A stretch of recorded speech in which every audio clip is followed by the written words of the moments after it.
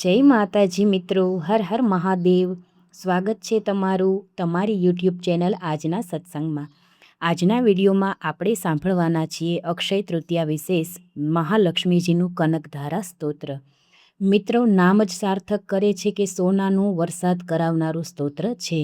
જો ભાવને શ્રદ્ધાથી કરીએ તો માતા લક્ષ્મીજીની અપાર કૃપા વિષ્ણુ ભગવાનની સાથે મળે છે.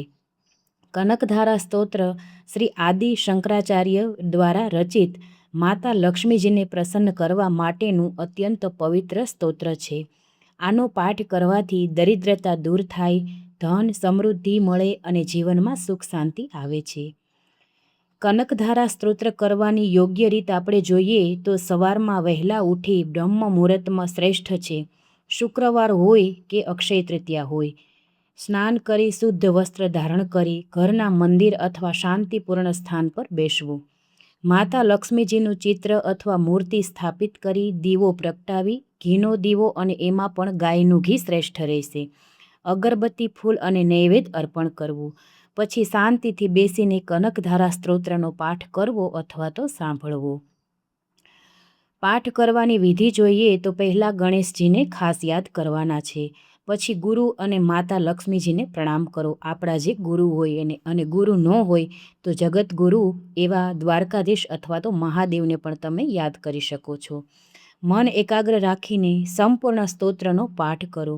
શક્ય હોય તો રોજ 1 વાર અથવા 11-21 વાર પણ તમે પાઠ કરી શકો છો. દર શુક્રવારે ખાસ આ પાઠ કરો તો તમને વિશેષ ફળની પ્રાપ્તિ થાય છે. અને રોજ જે પાઠ કરે કે સાંભળે તેના પુણ્યનું વર્ણન તો થઈ શકે તેમ જ નથી. કમળનું ફૂલ અથવા ચોખાના અક્ષત અર્પણ કરવાથી વિશેષ કૃપા મળે છે. કનકધારા સ્તોત્રનું મહાત્મ્ય જોઈએ તો કથા મુજબ આદિ શંકરાચાર્યે એક ગરીબ બ્રાહ્મણ સ્ત્રી માટે માતા લક્ષ્મીજીની કૃપા મેળવવા આ સ્તોત્ર રચ્યું હતું, જેના પરિણામે તે ગરીબ સ્ત્રીના ઘરમાં સોનાની એટલે કે કનકધારાની વર્ષા થઈ હતી. આથી આ સ્તોત્રને અતિ ચમત્કારિક માનવામાં આવે છે. આના લાભ સ્વરૂપે તમને દરિદ્રતા દૂર થાય, ધન અને વૈભવમાં વૃદ્ધિ થાય, ઘરમાં સુખ શાંતિ રહે, અટકેલા કામોમાં સફળતા મળે, દરિદ્રતા દૂર થાય, આવકના માર્ગો ખુલવા લાગે અને માતા લક્ષ્મીજીની કૃપા પ્રાપ્ત થાય છે. ધ્યાન રાખવા જેવી બાબતો જોઈએ મિત્રો તો પાઠ દરમિયાન મન ભટકવું ન જોઈએ. શુદ્ધતા અને શ્રદ્ધા ખૂબ જરૂરી છે. લોભ કે સ્વાર્થી નહીં પણ ભક્તિ ભાવથી, શ્રદ્ધા અને વિશ્વાસથી આનો પાઠ કરવો અને નિયમિત રીતે કરવો. કનકધારા સ્તોત્ર માત્ર ધન માટે નથી પણ જીવનમાં સમૃદ્ધિ, સંતોષ, દિવ્યની કૃપા મેળવવાનો છે. હવે આપણે જોઈએ કનકધારા સ્તોત્ર. બોલો શ્રી વિષ્ણુ ભગવાન કી જય, માતા મહાલક્ષ્મીની જય. જે રીતે ભમરી અધિવિકસિત પુષ્પો વડે અલંકૃત તમાલ વૃક્ષનો આશ્રય લે છે, તે પ્રમાણે જ શ્રી હરિના રોમાંચ વડે સુશોભિત શ્રી અંગો ઉપર નિરંતર પડે છે તથા જેમાં પૂર્ણ ઐશ્વર્યનો નિવાસ છે, તે સંપૂર્ણ મંગળની અધિષ્ઠાત્રી દેવી ભગવતીમાં લક્ષ્મીની કૃપા મારા માટે મંગળમય બનો.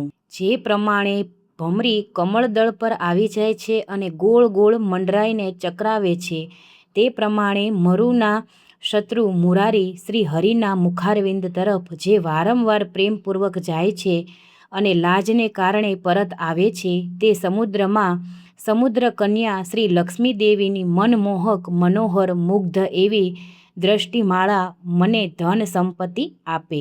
જે સંપૂર્ણ દેવતાઓના સ્વામી ઇન્દ્રપદનો વિકાસ વૈભવ આપવા માટે સમર્થ છે. મધુહંસાત શ્રી હરિને પણ વધારે પ્રમાણમાં આનંદ આપનારી એવી તથા શ્રી નીલકમલના અંદરના ભાગની જેમ મનોહર જણાય છે, તે લક્ષ્મી દેવીના અધખુલ્લા નેત્રોની દ્રષ્ટિ ક્ષણભર મારા પર થોડા વખત માટે જરૂરથી પડે. શેષશાયી ભગવાન શ્રી વિષ્ણુની ધર્મપત્ની શ્રી લક્ષ્મીજીના નેત્રો એટલે કૃપાદ્રષ્ટિ, અમને ઐશ્વર્ય આપનારા નીવડો.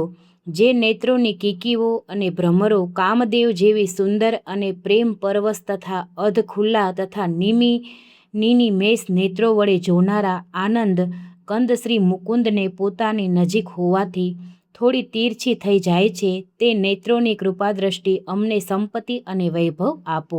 ભગવાન મધુસૂદનના કૌસ્તુભમણિ મંડિત વૃક્ષ સ્થળમાં ઇન્દ્રનીલમયી હારાવલી જેવી શોભી રહી છે તથા તેમના મનમાં પણ કામનો સંચાર કરનાર છે તે કમળકુંજવાસીની કૃપા કટાક્ષમાલા મારું કલ્યાણ કરો. જે પ્રમાણે મેઘ ઘટામાં વીજળી ચમકે છે તે રીતે કૈટભ શત્રુ શ્રી વિષ્ણુની કાળી મેઘમાળા સમાન શ્યામ સુંદર વૃક્ષ સ્થળ પર પ્રકાશિત થાય છે. એમણે પોતાના આવિર્ભાવથી ભૃગુવંશને આનંદિત કરેલ છે. જે સમસ્ત વિશ્વની જનની છે તે ભગવતી લક્ષ્મીજીની પૂજનીય મૂર્તિ મારું કલ્યાણ કરે. સમુદ્ર કન્યા લક્ષ્મીદેવીને તે મંદ અસલ મંથર અને અઘ્ધોનિમીલિત દ્રષ્ટિ કે જેના પ્રભાવ વડે કામદેવ મંગલમય ભગવાન મધુસૂદનના હૃદયમાં પ્રભાવ પડે. મહાદેવ મંગલમય ભગવાન મધુસૂદનના હૃદયમાં પ્રથમવાર સ્થાન પ્રાપ્ત કર્યું હતું. તે અહીંયા મારા પર પડી. કમળાદેવીની કૃપા દ્રષ્ટિ મારા ઉપર પડો. ભગવાન નારાયણની પ્રેયસી લક્ષ્મીજીના નેત્રરૂપી મેઘદયારૂપી અનુકૂળ પવન વડે પ્રેરાઈને દુષ્કર્મરૂપી કામને ચિરકાળ માટે દૂર હટાવીને વિષાદરૂપી ધર્મ જન્ય તાપ વડે પીડિત એવા મુજબ ગરીબરૂપી ચાતક શિશુ પર ધનરૂપી જળની ધારાની વૃષ્ટિ કરો. વિશિષ્ટ બુદ્ધિવાળા મનુષ્ય જેમના પ્રીતિપાત્ર બનીને જે દયા દ્રષ્ટિના પ્રભાવ વડે સ્વર્ગપદને સરળતાથી પ્રાપ્ત કરે છે તે લક્ષ્મીદેવીની વિકસિત કમળના ગર્ભની જેવી કાંતિમયી દ્રષ્ટિ મને મનોવાંછિત પુષ્ટિ અર્પિત કરે. જે સૃષ્ટિ લીલાના સમય વાગ્દેવતાના રૂપમાં સ્થિત હોય છે, પાલન લીલા કરતી વેળાએ ભગવાન ગરુડધ્વજની પત્ની લક્ષ્મીની રૂપે વિરાજમાન થાય છે તથા પ્રલય લીલાના કાળમાં શાકંભરી ભગવતી દુર્ગયા ચંદ્રશેખર વલ્લભા પાર્વતી રૂપે છે. ત્રિભુવનના પિતા નારાયણી તે નિત્ય યૌવના પ્રિયસી શ્રી લક્ષ્મીદેવીને હું નમસ્કાર કરું છું. હે લક્ષ્મીદેવી, કર્મોના ફળને આપનારા શ્રુતિરૂપે આપને પ્રણામ કરું છું. રમણીય ગુણોની સિંધુરૂપા રતિના રૂપમાં આપને નમસ્કાર કરું છું. કમળવનમાં નિવાસ કરનારા શક્તિ સ્વરૂપા લક્ષ્મીજીને હું નમસ્કાર કરું છું તથા પુષ્ટિરૂપા પુરુષોત્તમની પ્રિયા એવી શ્રી લક્ષ્મીદેવીને હું નમસ્કાર કરું છું. કમળવંદના કમળાદેવી લક્ષ્મીદેવીને નમસ્કાર. ક્ષીર સિંધુ સંભૂતા શ્રીદેવીને નમસ્કાર. ચંદ્રમા તથા સુધાની સગી બહેન શ્રી લક્ષ્મીદેવીને નમસ્કાર. ભગવાન નારાયણની વલ્લભા શ્રી લક્ષ્મીદેવીને નમસ્કાર. કમળ સદૃશ નેત્રોવાળી માનનીયા શ્રી લક્ષ્મી માતા, આપના ચરણોમાં કરવામાં આવેલા પ્રણામ સંપત્તિ આપે છે, સંપૂર્ણ ઇન્દ્રિયોને આનંદ આપે છે. સામ્રાજ્ય આપના માટે સમર્થ છે તથા બધા જ હરી લેવા માટે હંમેશા ઉદ્ધત છે. તે મને હંમેશા આશ્રય આપે. હે લક્ષ્મી માતાજી, મને આપના ચરણોની વંદનાનો શુભ અવસર હંમેશા પ્રાપ્ત થતો રહે. જેમની કૃપા કટાક્ષને માટે કરવામાં આવેલી ઉપવાસના માટે સંપૂર્ણ મનોરથો અને સંપત્તિનો વિસ્તાર થાય છે. શ્રી હરિની હૃદયેશ્વરી લક્ષ્મીદેવીનું હું મન, વાણી તથા શરીર વડે ભજન કરું છું. હે ભગવતી હરિપ્રિયે, આપ કમળમાં નિવાસ કરનારા છો. આપના હાથોમાં કમળ શોભે છે. આપ અત્યંત ઉજ્જવલ વસ્ત્ર, ગંધ અને માળા વગેરેથી શોભી રહ્યા છો. આપનું મનોરમ રૂપ છે. ત્રિભુવનને ઐશ્વર્ય આપનારા હે લક્ષ્મીદેવી, આપ મારા ઉપર પ્રસન્ન થાઓ. દિગ્ગજો દ્વારા સુવર્ણ કલશના મુખો વડે ઢોળવામાં આવેલા આકાશ ગંગાના નિર્મળ અને મનોહર જળ વડે જેમના શ્રી અંગોના અભિષેક થાય છે તેવી અને સંપૂર્ણ લોકોના અધીશ્વર ભગવાન વિષ્ણુની ગૃહિણી તથા ક્ષીરસાગરની પુત્રી એવા જગતજનની લક્ષ્મીદેવીનું હું સવારમાં પ્રણામ કરું છું.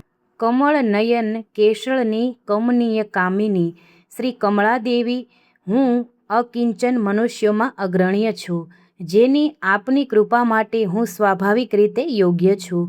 આપની ઉભરાતી કરુણાના પ્રવાહ પૂરના મોજાઓની જેમ આપની કૃપા કટાક્ષો વડે મારી તરફ જુઓ. જે લોકો આ સ્તુતિ વડે વેદત્રયી સ્વરૂપા ત્રિભુવન જનની ભગવતી લક્ષ્મીની સ્તુતિ કરે છે તેઓ આ ભૂતળ પર મહાન ગુણવાન અને અત્યંત સૌભાગ્યશાળી બને છે.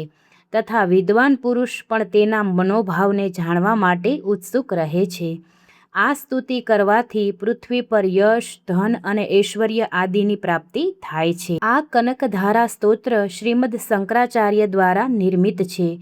જે માણસ આ સ્તોત્રનો રોજ સવારે, બપોરે અને સાંજે એમ ત્રિકાળ સંધ્યાએ પાઠ કરે તે કુબેર સમાન ધનવાન બને છે. શ્રી કનકધારા સ્તોત્રમ સંપૂર્ણમ. બોલો શ્રી લક્ષ્મી માત કી જય. મિત્રો, પાઠ પૂર્ણ થયા પછી હાથ જોડીને ભાવપૂર્વક મા લક્ષ્મી અને વિષ્ણુ ભગવાનને પ્રાર્થના કરવી કે હે મહાલક્ષ્મી મા, હે વિષ્ણુ ભગવાન, મારી ઉપર કૃપા કરો, મારા દુઃખો દૂર કરો અને મારા ઘરમાં સુખ સમૃદ્ધિ વસાવો.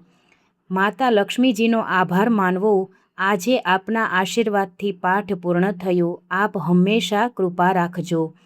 નૈવેદ્ય અને પ્રસાદ અર્પણ કરવા, જેમાં મીઠાઈ, ફળ અથવા તો કાંઈ પણ તમે ઘરે બનાવેલું શુદ્ધ અને સાત્વિક ભોજન માતાજીને સમર્પિત કરી શકો છો.